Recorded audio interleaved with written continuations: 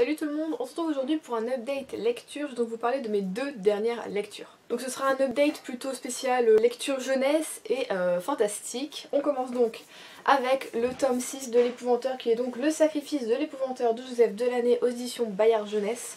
Vous savez que j'adore cette série, surtout en fin d'année au niveau de l'automne et de l'hiver, c'est vraiment ce que j'aime le plus comme série. Et ce tome n'y fait absolument pas exception. Ouais, cette série je l'aime de plus en plus. Plus les tomes avancent et plus mon amour monte crescendo pour cette série. Et j'espère qu'il ne redescendra jamais. Là, Tom va jouer un peu le tout pour le tout au niveau de plein de choses, que ce soit de sa vie, celle des autres, de l'aventure, enfin... Il est noir, mais sans être aussi noir que certains précédents par exemple. Ouais, je trouve que le tome 5 est un peu plus sombre, on va dire. Mais dans celui-ci, c'est vraiment des gros enjeux qui font que on est comme ça, on est comme ça. Donc tout au long de ma lecture, franchement, je l'ai lu en 2 jours parce que j'aurais pu le lire en une journée, hein, mais j'avais des choses à faire. Mais en 2 jours, il était mangé. Ce qui m'était pas arrivé depuis hyper longtemps parce que vous savez que voilà, en un mois, j'ai lu seulement 2 livres. Ça c'était en septembre, en octobre pareil je galère. C'est ma deuxième lecture d'octobre et du coup voilà, ça a remis un peu la machine en marche. Et du coup le livre d'après pareil, j'ai pas mis trop de temps pour le lire. Donc voilà, merci l'épouvanteur, grâce à lui voilà, j'ai repris un peu voilà, au niveau de la lecture ce que j'aimais vraiment, le bon rythme. Donc voilà, en fait j'ai qu'une hâte, c'est de lire la suite. Je ne l'ai pas en ma possession, donc vous savez ce que je vais bientôt acheter, n'est-ce pas hein. Et je pense que je vais faire... je vais peut-être en acheter 2, je vais acheter le 7 et le 8 comme ça pour le Cold Winter, ou si au mois de novembre j'ai envie de le lire quand le pumpkin sera fini. Ce sera cool. Et donc voilà, si vous n'avez pas encore commencé l'épouvanteur, que vous aimez la jeunesse mais pas trop jeunesse non plus, où c'est plutôt sombre, où il y a plutôt des gros enjeux, enfin foncez, franchement allez-y, parce que peut-être le premier tome vous allez dire oh il est fort jeunesse, même si moi j'avais flippé. Mais ça monte à chaque fois en fait, Tom grandit, du coup les enjeux grandissent aussi et voilà quoi, ça bouge, il y a quelque chose et voilà quoi, les personnages secondaires sont aussi sont vraiment super, on s'y attache énormément et voilà, on sait jamais sur quoi on va tomber et c'est ce que j'aime quoi. Chaque fois qu'on tourne une page, c'est pas ce qui va se passer et voilà, donc c'est vraiment...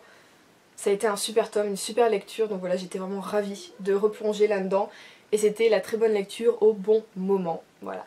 Voilà, après ça je voulais une lecture rapide, bon, même si voilà j'ai mis 2 jours pour le lire, je voulais partir un peu dans le même mood et du coup avoir une petite lecture. Donc j'ai choisi l'histoire de la bête aux éditions Hachette Roman et c'est de Serena Valentino.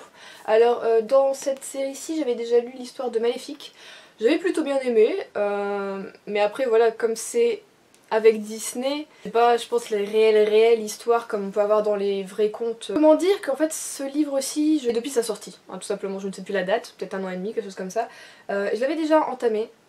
J'avais lu 4-5 pages et j'avais pas réussi du tout à me mettre dedans. Bon, ça c'est pas très grave. Du coup là je me suis dit c'est parti Juliette, tu sais un peu à quoi t'attendre au niveau de l'écriture, tout ça, donc ça va aller, en 2-3 jours ce sera fini, il est petit, il fait même pas 200 pages. En fait j'ai eu du mal, je sais pas si c'était avec l'écriture au début ou si c'était vraiment avec le prince, hein, tout simplement qu'on a envie de buter. Ah, on va pas se le cacher, il est narcissique, arrogant, enfin tout ce qui s'ensuit, tout ce qui va avec. Donc dans son malheur, hein, qui lui arrive, moi je me suis dit il l'a bien cherché, donc il y a une petite morale je trouve légèrement dans ce conte, enfin, souvent dans les contes normalement il y a une morale hein, mais là je trouve on la voit bien, hein, on l'a bien la morale et finalement j'ai lu en 4 jours, donc ça a quand même été, n'est-ce pas, mais bon pour moi 200 pages c'est quand même long je trouve. Oh, c'est comme ça. Du coup, il m'a fallu environ une 60aine de pages pour me mettre vraiment dedans. En fait, j'ai commencé à bien aimer quand on voit vraiment la transformation du prince. Parce qu'au début, il est là, le maléfice, n'importe quoi, il n'existe pas, ni nana. Et au bout d'un moment, il commence à changer, il commence à avoir des doutes. On voit même son comportement, il est encore plus agressif, encore plus hautain, tout ça, avec les autres. Voilà, ça commence à changer. J'ai aimé également, bizarrement, suivre les 3 sœurs. Voilà, remettre un petit peu de l'huile sur le feu à chaque fois. Du coup, ouais, j'ai aimé suivre leur côté aussi. Et en fait, bizarrement, ça m'a plu qu'on n'ait pas trop belle dedans. On a vraiment l'histoire de la bête. Du coup, c'est... Ouais, on a le côté vraiment plus sombre. De l'histoire, voilà comment ça s'est amené, tout ça. Il y a des choses, voilà, je me doutais pas, par exemple que la bête fait les choses autrement que ses serviteurs dans le château, enfin plein de choses comme ça, je savais pas, je sais pas si c'est vraiment comme ça dans les dessins animés ou quoi, mais j'avais jamais vraiment compris ça. Après, ça fait un moment que j'ai pas regardé le dessin animé, hein. J'ai vu les films, mais bon, à chaque fois chacun fait son adaptation, donc bon voilà. Mais du coup, bah, au final, même si j'ai eu des débuts difficiles parce que je détestais Le Prince, je l'ai finalement bien aimé. C'était une bonne petite lecture. Je trouve que ouais, c'était cette saison totalement, on est dans le truc quoi. Après franchement, si vous n'êtes pas à fond dans l'histoire de La Belle et la Bête, si La Bête vous intéresse pas, c'est pas la peine de le lire, c'est vraiment pour ceux qui veulent savoir un peu ce qu'il y a sur l'envers du décor et comment tout ça est arrivé, parce que bah, finalement quand on regarde le dessin animé, ou quand peut-être on lit le conte, j'ai jamais lu vraiment le vrai conte, donc je peux pas vous dire, mais en tout cas quand on regarde les dessins animés ou les films, on sait pas vraiment totalement comment ça s'est passé, tout ça. Et donc voilà, je trouve que c'est une bonne explication, mais voilà, si vous n'êtes pas fan de ça, c'est pas la peine de passer votre chemin totalement parce que ça vous servira absolument à rien. Mais moi je suis contente de l'avoir lu, ça m'a fait une bonne petite lecture au final. Donc tout pour cette update lecture, donc voilà, spéciale jeunesse et fantastique, ça m'a fait du bien.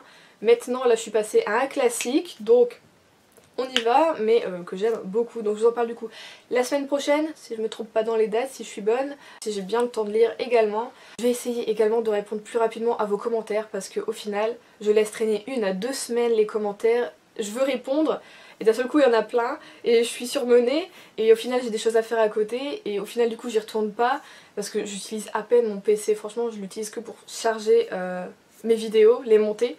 Et c'est vrai qu'après j'y retourne rarement sur mon PC, donc il faudrait que je me fasse vraiment un truc genre aujourd'hui, je réponds aux commentaires, enfin vous voyez, il faut que je m'organise un peu mieux hein, tout simplement. Donc on se retrouve la semaine prochaine pour une prochaine vidéo et je vous fais de très gros bisous.